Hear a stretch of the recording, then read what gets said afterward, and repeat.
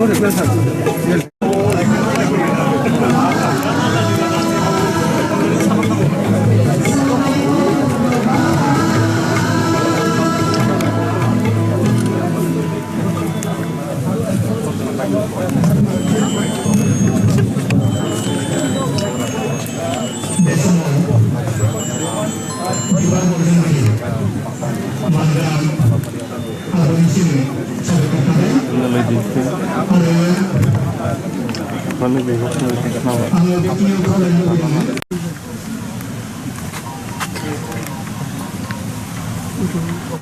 नोंथांमोन मावथि नोंथांमोन आरो बे हालामनि गासिबो सिबिजाथाव बर' राव थुनलाइ हारिमु मोजां मोनग्रा सिबिनां रायजोफोर नोंथांमोन आरो लोगोसे जोंहा बेखौ DLR-आव नाग्रिजुलियाव जोबोर गोजोनथाव बाथ्रा दिनै जोङो मुंख्लं सान बे 28 सेप्तेम्बर बे मुंख्लं सानाव जोङो जोंनि गेदेमा मुंख्लंफोरखौ जों बाहाय बिबार माला बावनायजों लोगोसे जोङो गोसोखांथि हिसाबै जोङो दिनै फालिदों आरो मोनसे जोंहा सावरायमेलबो दङ बे सावरायमेलाव जोङो माखासे रोंगौसाफोरखौ लिंहरदों आरो BTCनि चिफखौ जों लिंहरदोंमोन बिथाङा सफैथ'वाखै हयथ' उनाव सोरखौबा फाथायगोन बा गाव माबागोन दा बे बेलायाव आं बुङो जे जिथुनिखि ओंथि बिनि दिनैनि साननि जिथुनिखि सिगनिफिकेन्ट भेरि इम्पर्टेन्ट बियो बै समाव जेलानोखि 1974-75 मायथाइयाव जों रिगरास मुभमेन्ट खालामदोंमोन जोंनि बर' राव थुनलाइनि थाखाय जोङो मा हांखो लायोबा मोजां जागोन बेखौ महाकालगुरियाव मोनसे सिद्धान्त जानानै डेलिगेट हाउसआव सिद्धान्त जानानै जोङो बेखौ माने दाबि दावास खालामदोंमोन खिन्थु आसाम सरकार आरो भारत सरकारा बै समाव इन्दिरा गान्धीया प्राइम मिनिस्टारमोन बिथांमोनहा बुंबाय जे रमान स्क्रिप्टखौ जों होआ बिनिखायनो जोङो देबनागरिखौ नोंथांमोना लादो होननानै जोङो बर्मा अधिवेशनाव बेखौ जोङो एक्सेप्ट खालामनाय जादों बिनि उनावहाय जोङो जगेन्द्र कुमार बसुमतारी मोननि दैदेननाय बिहुराम बर'मोननि दैदेननाय बिथांमोननि रामदास बसुमतारीमोननि दैदेननायखौ जोङो बावगारनो हाया आरो बिथांमोनहा रमान स्क्रिप्ट मुभमेन्टआव जोङो क'क्राझाराव हेड अफिसमोन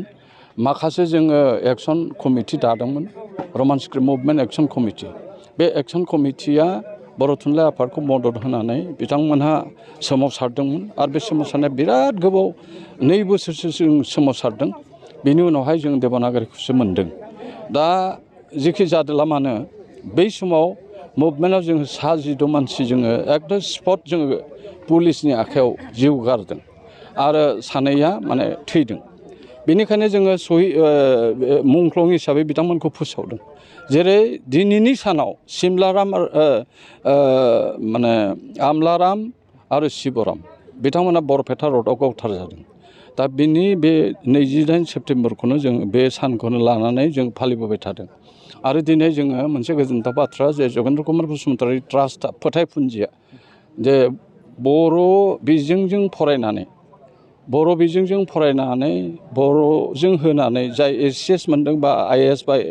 IPS मोनगोन बिथांमोनखौ केस एवार्ड होनाय जागोन आरो साइटेसन बेखौ जा सिद्धान्त मोनसे दंमोन थांखि दंमोन दिनै जोङो शरत नार्जारी होननाय बे गथ'आ थांनाय बोसोराव बिथाङा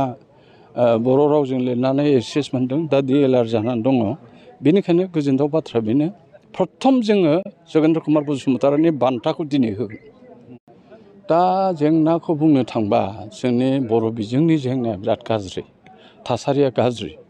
दा जोंहा थाबाय आसाम सरकार आरो जों BTC सरकार थाबाय आरो जोङो BTR गोरोबथानि गेजेरजों जोङो बर' रावखौ एस'सियेट लेंगुवेज लोगो राव हिसाबै आसामनि जों मोन्दोंमोन रिकगनिसन जों मोन्दोंमोन बेखौ फोसावदोंबो बेखौ एक्टबो जाबाय आयेनबो जाबाय खिन्थु जोंहा दा जों नुनो मोन्दों बे रावखौ साबैसे बाहायदों दा आसाम एसेम्ब्लियाव आसाम आयेन आफादाव बाहायदों दानि आथिखालनि बुंथिगिरि बिस्वजित दैमारिनि दैदेननायाव बेथ' गोजोनथाव बाथ्रा खिन्थु गुबुन गुबुन बिटिआरनि अफिस काछारियावबोथ' बे बर' रावखौ बाहायनांगौ दा बे मोनसे जेंना आरो मोनसेया जाहैबाय बर' बिजोंनि जेंना दिनै बर' बिजोङा जिखिनि दावगानांगौमोन जिखिनि माने सुजुग सुबिदा मोननांगौमोन फोरोंगिरि थिसनजानांगौमोन ओमफ्राय स्टेन्डार्ड जोङो बिजाब मोननांगौमोन फराय बिजाब जों फराय बिजाबा जागोन खिन्थु जोङो टिचार बे फोरोंगिरि थिसननायाव खेलिमेलि जागासिनो दङ जों आसाम सरकारजों बेखौ सुस्रांनायनि राहा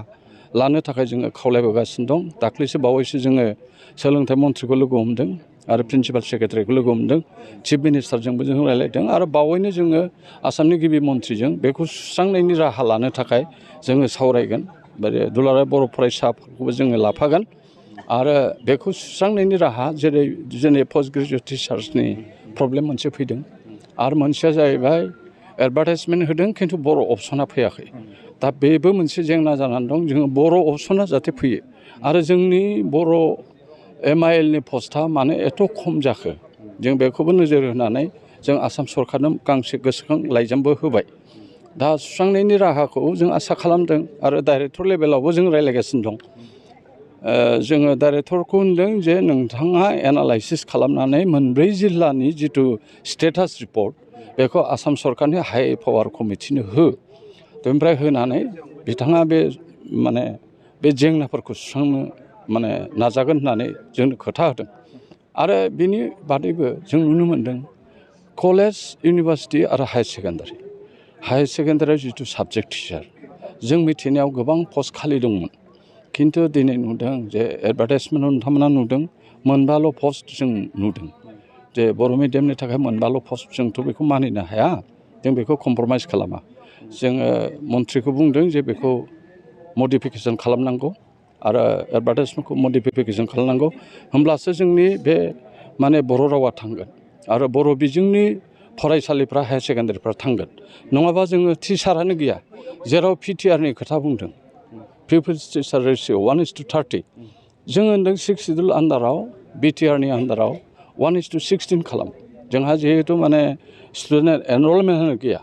दा एनरलमेन्ट गैयैयाव जोङो स्कुलखौ बासायनो थाखाय, बर' बिजोंखौ बासायनो थाखाय जोङो गोबां खामानि मावनांगौ लगिया दङ। बेनिखायनो आङो BTR सरकारखौ आरो आसाम सरकारखौ खावलायो बिथांमोनहा जाहाथे बर' बिजोंनि थाखाय इयुनाव जाहाथे बर' बिजोङा दावगालांनो हायो, बिथांमोना बेखौ खामानिखौ मावनांगौ।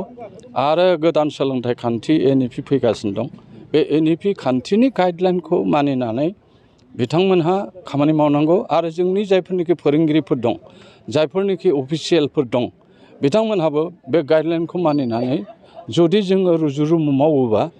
बे जेंनाया जोबगोन होननानै आं सानो।